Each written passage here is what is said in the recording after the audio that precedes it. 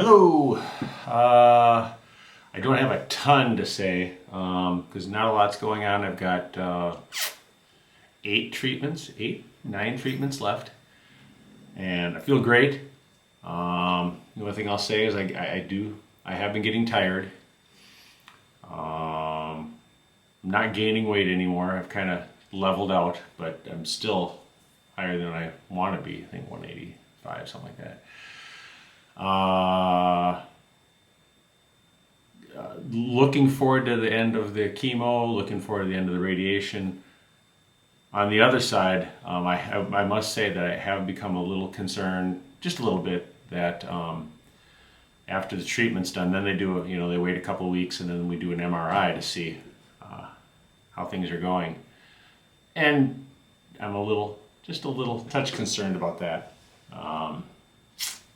But, it's a process that, excuse me, plug.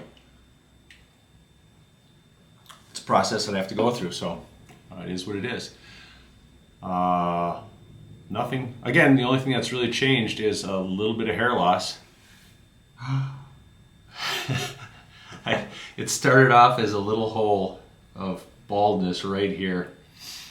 And I've been threatening Annie for years that my hair was thinning anyway, so I was going to shave it off. So that's what I look like, head naked. So the only thing I'll say about it is it's comfortable, but it's cold. So that's that. I am going to have just a brief video after this that's going to explain a little bit about the radiation that I'm going through. I talked with the techs and they were more than happy to help me describe what's going on. So I'm going to show that and be right back then after that to explain it just a touch. Okay? Okay.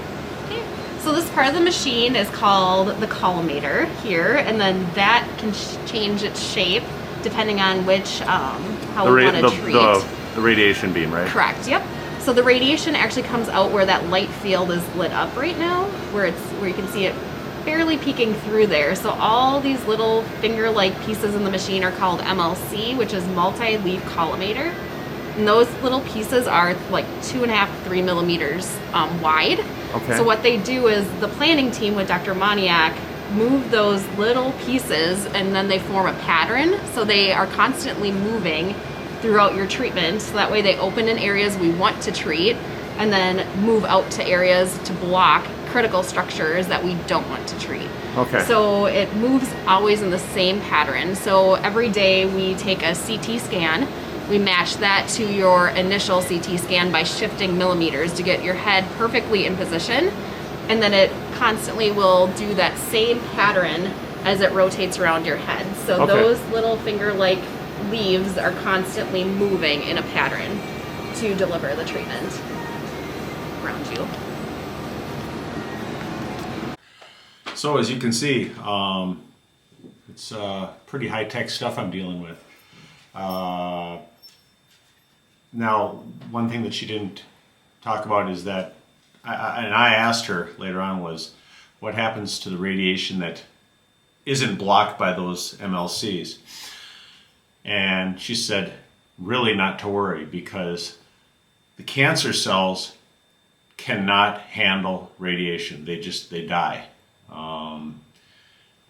Whereas healthy cells, if you continue to do it within, I think it's an 8-hour period, I could be wrong, but 6 to 8 hours, maybe longer, that it takes to recuperate. But the healthy cells can take a dose of radiation, and as long as you give them time to rest, they can recuperate, come back, and then they're back to healthy cells. So that's how they can get away with just, daily pounding of this radiation.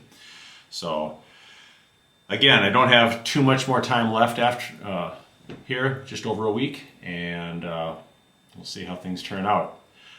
And as always, I appreciate all you guys calling, texting, emailing, watching the video.